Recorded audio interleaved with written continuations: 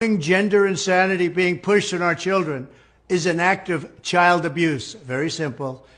Here's my plan to stop the chemical, physical, and emotional mutilation of our youth. On day one, I will revoke Joe Biden's cruel policies on so-called gender-affirming care. Ridiculous. A process that includes giving kids puberty blockers, mutating their physical appearance, and ultimately performing surgery on minor children. Can you believe this?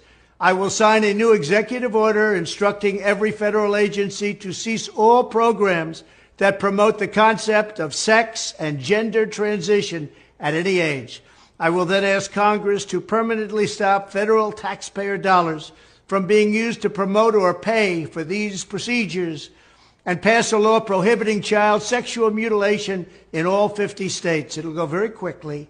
I will declare that any hospital or healthcare provider that participates in the chemical or physical mutilation of minor youth will no longer meet federal health and safety standards for Medicaid and Medicare and will be terminated from the program immediately. Furthermore, I will support the creation of a private right of action for victims to sue doctors who have unforgivably performed these procedures on minor children. The Department of Justice will investigate Big Pharma and the big hospital networks to determine whether they have deliberately covered up horrific long-term side effects of sex transitions in order to get rich at the expense of vulnerable patients.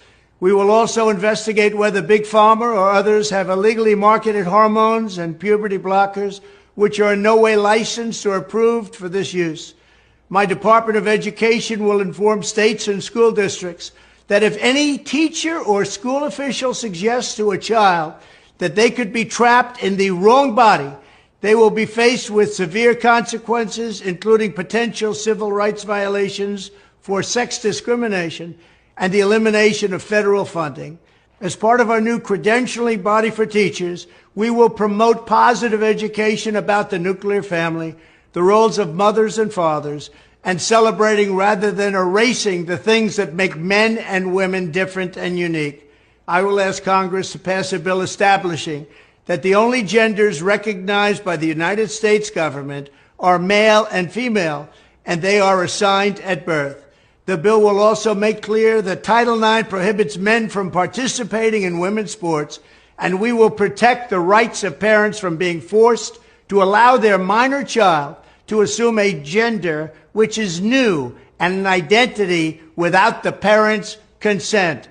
Under my leadership, this madness will end. Thank you very much.